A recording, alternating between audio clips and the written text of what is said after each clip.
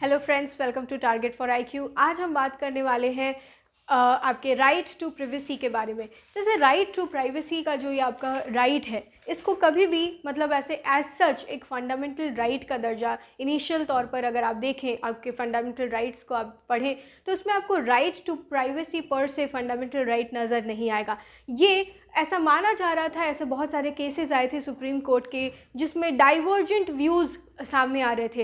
लेकिन कुछ केसेस में ऐसे सामने ये समझ में आ रहा था कि राइट टू प्राइवेसी जो है वो फंडामेंटल राइट तो नहीं है, लेकिन वो इनहेरेंट राइट है जो कि रीड किया जा सकता है फंडामेंटल राइट्स में with 19(1)A, 19(1)D, 19(1)E and in fact article 21 में ये इनहेरेंट राइट है। ठीक है, तो इसका अगर पास्ट देखा जाए तो ये आपका काफ़ी समय से चर्चा में है। इनफैक्ट कॉन्स्टिट्यूशनल जो आपके कमिटी थे जो कॉन्स्टिट्यूएंट असेंबली, इन्होंने काफ़ी डिस्कस किया था कि क्या राइट टू प्राइवेसी को फंडामेंटल राइट का दर्जा दिया जाना चाहिए या नहीं दिया जाना चाहिए। उस समय जो है वो इसका इतना सिग्निफिकेंट, इतना वेरिएंट देखने के लिए उस समय इमेजिन नहीं किया गया था कि राइट टू प्राइवेसी के ऊपर कितना सारा चीज़ आधारित हो सकता है। ठीक है, और इनिशियली जो है देखिए राइट टू प्राइवेसी जो है वो उसको इस तरीके से देखा जाता था कि शायद एक घर में, ठीक है, एक घर को एज अ हाउस इसको प्राइवेसी देना चाहिए। किसके इंटरवेंशन से? तो स्टेट के इंटरवेंशन से।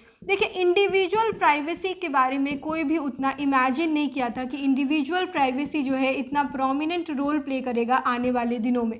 तो इस ये घर के कन्फाइन में फैमिली को, एक ग्रुप ऑफ पीपल के लिए प्राइवेसी राइट को रिकॉग्नाइज किया गया था। और इनफैक्ट बात भी ग्रुप प्राइवेसी को लेके किया जाता था, इंडिविजुअल प्राइवेसी को लेके नहीं किया जाता था। मैं उस समय की बात कर रही हूँ जब कॉन्स्टिट्यूएंट असेंबली में डिबेट चलता था, या फिर उस समय का जब इंडिया जो है वो आज़ाद हुआ था।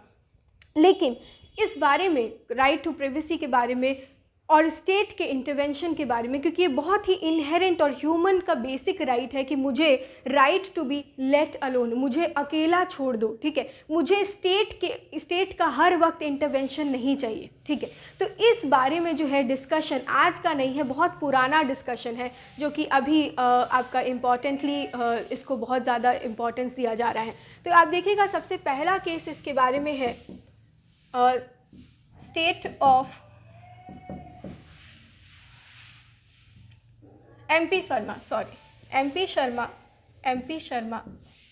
शर्मा वर्सेस सतीश चंद्रा का केस। इस केस में आपको बताया गया कि राइट टू प्राइवेसी जो है वो फंडामेंटल राइट नहीं है। ठीक है, इसका जो मेजॉरिटी जजमेंट था वो कहा कि भाई ये फंडामेंटल राइट जो है वो नहीं है, FRs में नहीं आता है। ठीक है, उसके बाद जो है आपका खरक सिंह का जजमेंट आता है, खरक Singh versus state of UP. तो खरक सिंह के जजमेंट में जो डिसेंटिंग ओपिनियन था, वो डिसेंटिंग ओपिनियन में ये बात कहा गया था कि भाई राइट टू प्राइवेसी जो है वो एक इनहेरेंट राइट है।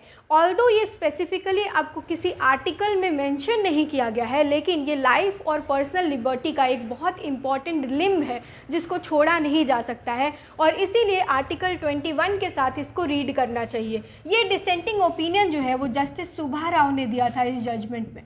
ठीक है, जस्टिस सुभा राव का ये कहना था खरक Singh versus state of UP में कि राइट टू प्राइवेसी जो है वो एक तरीके का इनहेरेंट राइट है जिसको कि रीड किया जाना चाहिए आर्टिकल 21 के साथ। ठीक है, खरक सिंह के जजमेंट के बाद आपका बहुत सारा डाइवर्जेंट जजमेंट आता है, जैसे कि आपका है Govind versus state of MP, जिसमें कि रिकॉग्नाइज किया गया कि इनका ये जो रेगुलेशन था वो रेगुलेट किया जा सकता है, क्योंकि कोई भी राइट, कोई भी फ्रीडम जो है वो बिना रेस्ट्रिक्शंस के नहीं आया है, तो इसको रेगुलेट किया जा सकता है, स्टेट इसको रेगुलेट कर सकता है। और एक तरीके से उन्होंने रिकॉग्नाइज भी किया कि आर्टिकल 21 के अंतर्गत जो है वो राइट टू प्राइवेसी आता है। ठीक है, तो ये Govind versus state of MP में इनहेरेंटली उन्होंने ये पार्ट को बोला कि भाई आर्टिकल 21 का एक पार्ट राइट टू प्राइवेसी भी है।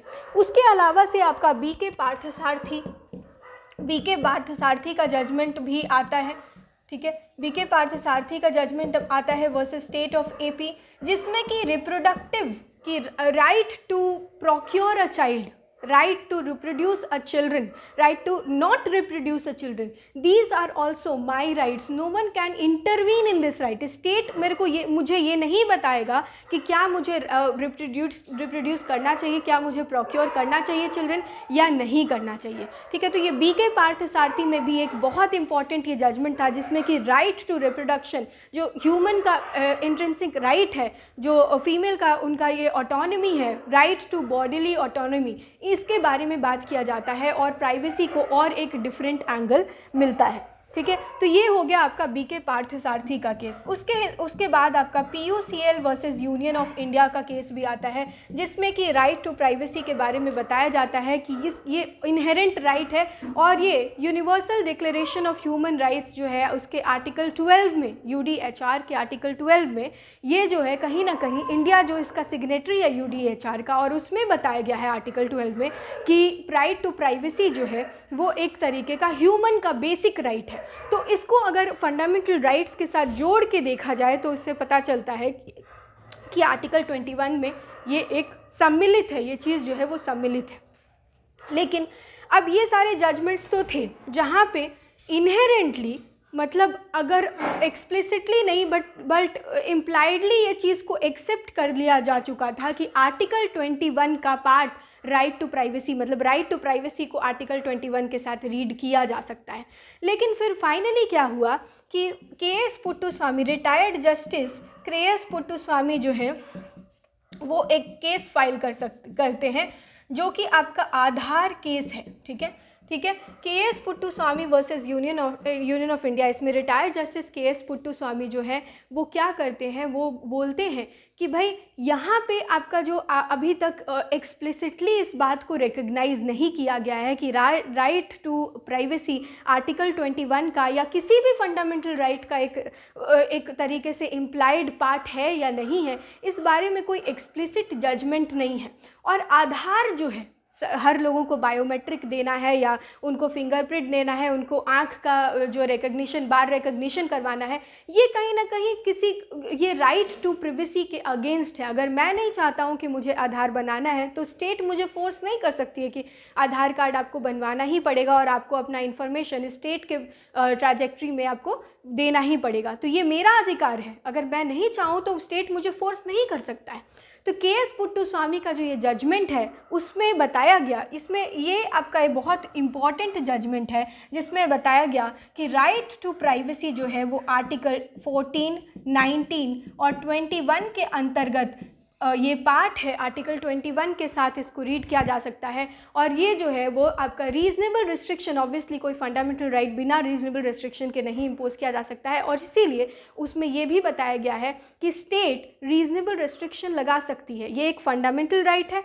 इसके ऊपर रीज़नेबल रिस्ट्रिक्शन लगा सकते हैं, लेकिन रीज़नेबल रिस्ट्रिक्शन लगाने के लिए 3 प्रिंसिपल टेस्ट उन्होंने बताया है। फर्स्ट प्रिंसिपल है कि स्टेट यानी लेजिटिमेट अथॉरिटी ही रेस्ट्रिक्शन लगा सकती है, लेजिटिमेट अथॉरिटी ही रेस्ट्रिक्शन लगा सकती है। दूसरा चीज़ उन्होंने बताया कि लेजिटिमेट पर्पस के लिए ही, उनका जो पर्पस होगा वो लेजिटिमेट होना चाहिए। अगर पर्पस लेजिटिमेट नहीं हुआ तो वो रेस्ट्रिक्शन नहीं इम्पोज कर सकती है, यानी कि आपका सिक्योरिटी पर्पस के लिए लगा सकती है रेस्ट्रिक्शन, या फिर कोई वैलिड पर्पस होना चाहिए, तभी मेरे प्राइवेसी के ऊपर वो जो है वो रेस्ट्रिक्शन इम्पोज कर सकते हैं। और तीसरा जो इम्पॉर्टेंट पॉइंट है वो ये है कि प्रपोर्शन में रिस्ट्रिक्शन लगना चाहिए, मतलब उनका जो ऑब्जेक्ट है और जो वो अचीव करना चाहते हैं और जो रेस्ट्रिक्शन है, उन दोनों के बीच में नेक्सस होना चाहिए, ठीक है, पॉजिटिव नेक्सस होना चाहिए। और अगर ये 3 ट्रिपल टेस्ट जो है वो फॉलो नहीं करता है तो वो रेस्ट्रिक्शन जो है वो इनवैलिड हो जाएगा, क्योंकि ये एक तरीके का राइट टू प्राइवेसी जो है वो फंडामेंटल राइट है। इसके अलावा अगर आप देखें इस जजमेंट के बाद, KS पुट्टुस्वामी के बाद, जब राइट टू प्राइवेसी को रिकग्नाइज कर लिया गया आपके फंडामेंटल राइट में, तो काफ़ी सारे जजमेंट आए, जैसे कि अडल्ट्री का judgment Joseph Shine versus Union of India, homosexuality के बारे में Navtej Singh Johar versus Union of India. इन सब में आर्टिकल 21 और प्राइवेसी के बारे में बात होती है, हुई है और बताया गया है और प्राइवेसी को आधार मानते हुए ही इसको अनकॉन्स्टिट्यूशनल इन प्रोविजंस को डिक्लेयर किया गया है। तो प्राइवेसी जो है एक बहुत इंपॉर्टेंट और फंडामेंटल रोल प्ले कर रहा है आपके डेटा प्रोटेक्शन लॉज में। डेटा प्रोटेक्शन बिल जो है वो पास हुआ है 2019 में। इनफैक्ट एक मद्रास हाई कोर्ट का आपका जजमेंट है जो कि स्पा और जो मसाज और स्पा के सेंटर में बहुत सारे इलीगल एक्टिविटीज़ हो रहे थे, तो वहाँ पे सीसीटीवी कैमरा लगाने की बात की गई थी। तो उस सीसीटीवी कैमरा के बारे में भी उन्होंने बोला कि भाई ये सीसीटीवी कैमरा जो है वो स्पा और मसाज सेंटर्स में लगाने से आप कहीं ना कहीं इन्फ्रिंज कर रहे हैं राइट टू प्राइवेसी को, जो कि आपके फंडामेंटल राइट का वॉयलेशन है और इसीलिए आप ये सीसीटीवी नहीं लगा सकते हैं। तो इसके अलावा आपके बहुत सारे कैटिना ऑफ जजमेंट्स आए जिसमें कि बात किया गया कि प्राइवेसी जो है वो एक बहुत ही फंडामेंटल राइट है। ऐसे भी अगर आप देखें आर्टिकल 51 के बारे में, आर्टिकल 51 जो है वो आपका DPSP है, यानी कि directive principles of state policy, जिसमें कि बताया गया है कि इंटरनेशनल रिलेशंस, इंटरनेशनल कमिटमेंट को जो है वो आपको फुलफिल करना है। इंडिया सिग्नेटरी है UDHR का, universal declaration of human rights. तो UDHR के आप आर्टिकल 12 में देखेंगे तो वहाँ पे प्राइवेसी को एक ह्यूमन राइट बताया गया है और इम्पॉर्टेंट राइट का दर्जा दिया गया है। तो अगर इस एंगल से भी देखा जाए तो प्राइवेसी को रीड करना चाहिए था फंडामेंटल राइट में, और अब तो आपके पुट्टुस्वामी जजमेंट के बाद प्राइवेसी हमारे आर्टिकल 21 का एक इनहेरेंट पार्ट बन गया है। तो आई होप आपको ये लेक्चर समझ में आया होगा और प्राइवेसी का कॉन्सेप्ट आपको क्लियर हुआ होगा। ऐसे ही कुछ नए टॉपिक्स के साथ मिलेंगे नेक्स्ट वीडियो में। Thank you.